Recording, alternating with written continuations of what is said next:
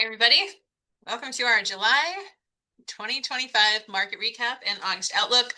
Um, I'm Missy Lynch, obviously, certified financial planner, investment advisor, and today we are going to walk through everything that happened in July 2025 and what you might want to prepare for in August from record-setting new tariffs, student loan reforms, and a changing labor market. So let's dive in. First, let's talk about market performance. It was calm in the beginning and then it turned quite volatile. July started really strong. We had the S&P 500 reaching 10 record high closes in the first half of the month. Volatility was low, investor sentiment was positive, and many people believed that the Federal Reserve would stay the course and hold interest rates steady.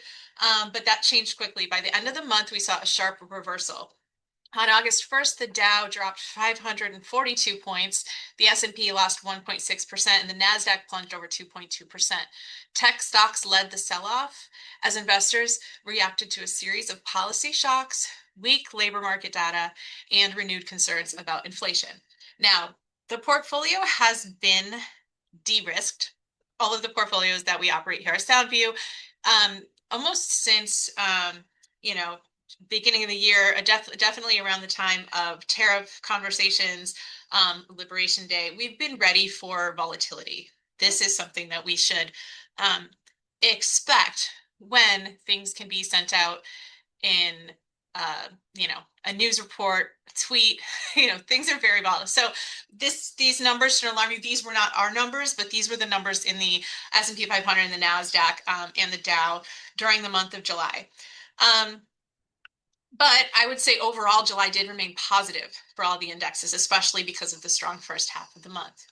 One of the things that might have been something that you've seen in the news was about the labor market. So one of the biggest red flags was the July jobs report.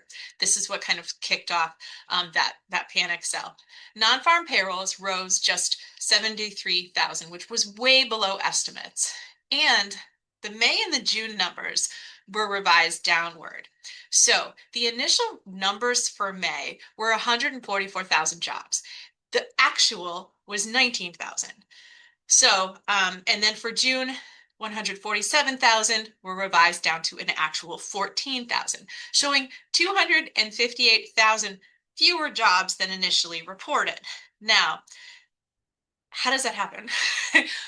These are surveys that are sent out. Some people respond slowly, some people don't get the information in, and the data starts to come in and gets revised after a certain period of time. Revisions are very, very normal. These were substantial revisions, and also these are numbers that the Fed looks at when they're considering things like reducing the interest rate. So the initial numbers that they used and their decision to hold could have had a different outcome if they'd seen the actual numbers. So immediately there was a response. I think Erica McIntyre, she is the commissioner of the Bureau of Labor Statistics. She was fired. Is it her fault? I don't know. I mean, the numbers, they are what they are. They're typically revised. This was a problem. This obviously did cause some problems in the markets, but anyway, she was fired. Do I think that now the numbers will be reliable, revised? I don't know. So more to come. We will see how much value or stock is held in those numbers going forward, depending on replacements for that position.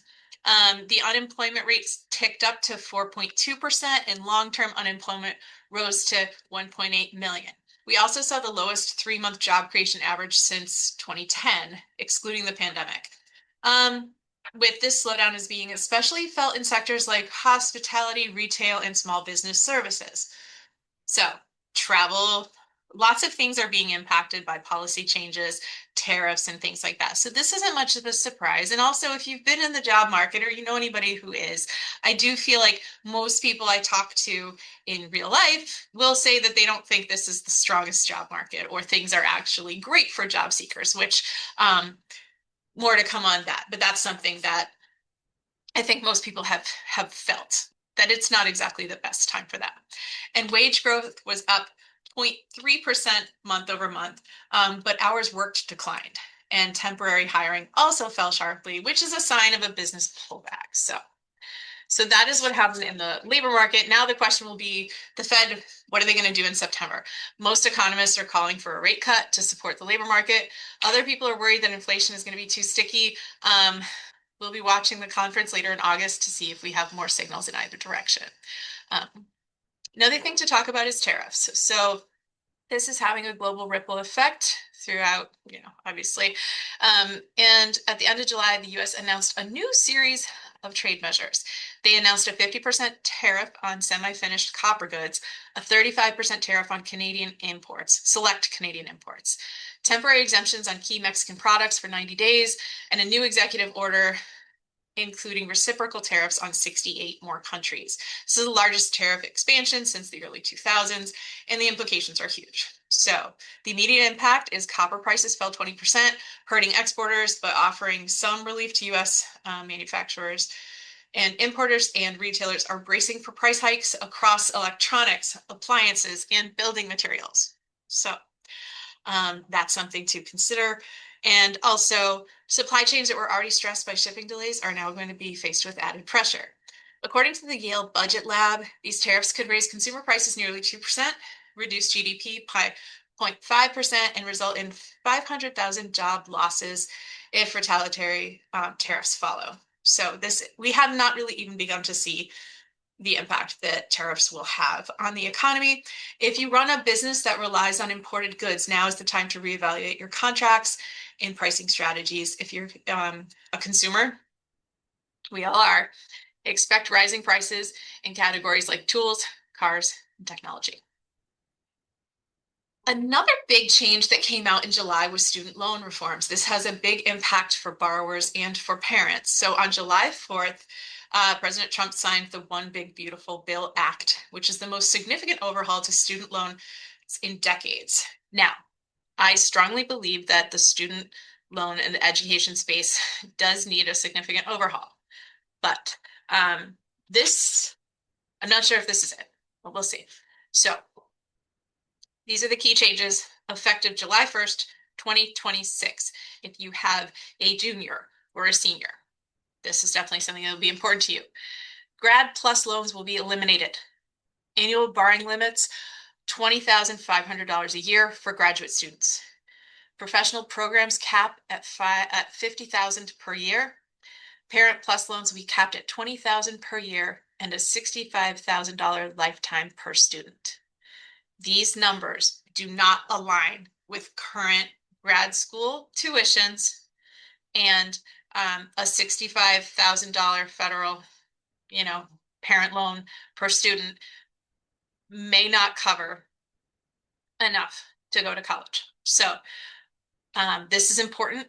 This is brand new. Before, there were no caps on the parent borrowing, which has then allowed for the pricing to go up exponentially because there's really no cap on what parents can borrow for lending, which has caused problems.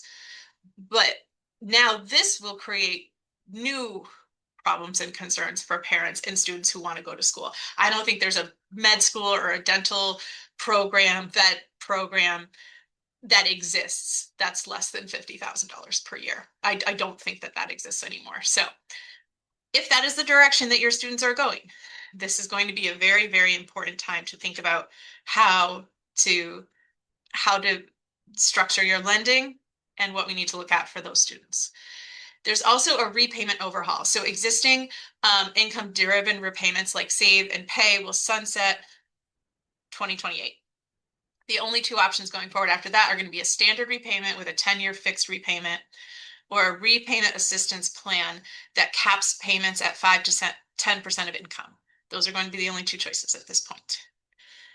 Save plan interest resumes. So interest under Save will restart August 1st, 2025. For many borrowers, this means higher balances if they're not making their payments now. And so important, what this means for families. If you have high school or college age kids, it may be time to plan differently.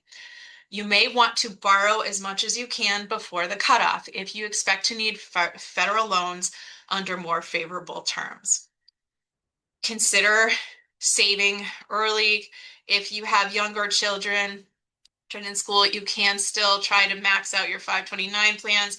These accounts remain untouched from the reform and offer tax-free growth. Prepare to use private loans if you exceed the new caps. This is going to mean they are going to look at a lot more, including your ability to pay it back. So what happens here if you have several children? If you decide, and a lot of parents I talk to want to do for kid 2, 3, and 4 what they did for kid 1, if you borrow everything you can and then privately borrow as much as you can for child number 1, it is very possible that child 2, 3, and 4, lenders are not going to look at you as favorably if you need to go to the private loan route, and you might not be able to get that money, which may mean things like sacrificing your retirement, selling some, all of these things that could happen for people to want to do what's fair for all of their children. We need to think about this differently. We need to plan ahead. We need to really evaluate college and the cost of college and think really critically about the direction we go and what we talk to our kids about, how we include them in the conversation. If they have a standard repayment plan, 10-year fixed, that could be a very substantial payment for somebody who is entering a weak job market. So definitely something to consider when it comes to private loans, and also think beyond tuition, room, board, travel, books. These might not be covered by the limited loans that are out there. So definitely, if you have kids, this is a really important time for some planning in the college planning space. This has changed things quite a bit. So overall, August planning priorities, this is what I recommend as we move through August. Revisit your portfolio. The recent sell-off, if you have funds outside of Soundview, I'm obviously watching this for us with our accounts, but if you have outside accounts, definitely take a look at how diversified your other holdings are. I know sometimes, if you have your current work 401k, you're just putting money into it, make sure, just keep tabs on it. Obviously, it's part of the plan. We're looking at all of that together in some cases, but it's important. It's just a reminder to stay diversified, stay balanced. Assess your cash flow. Tariffs might drive up prices, so budget for potential cost increases there. Check on your 529 plans, especially if you have students in high school. This still might be the best route to go for that the tax benefit there. And, you can also, talk to me, or you could talk with your accountants about how tariffs and student loan changes might affect your deductions or future plans there. And we'll watch the Fed Jackson Hole meeting in late August. Will be closely followed for hints about what will happen with policies later in the year. This fall could be a very pivotal time in the economy and with your finances. So we'll be watching it closely here and helping you, prepare every step of the way as we head into the back half of 2025.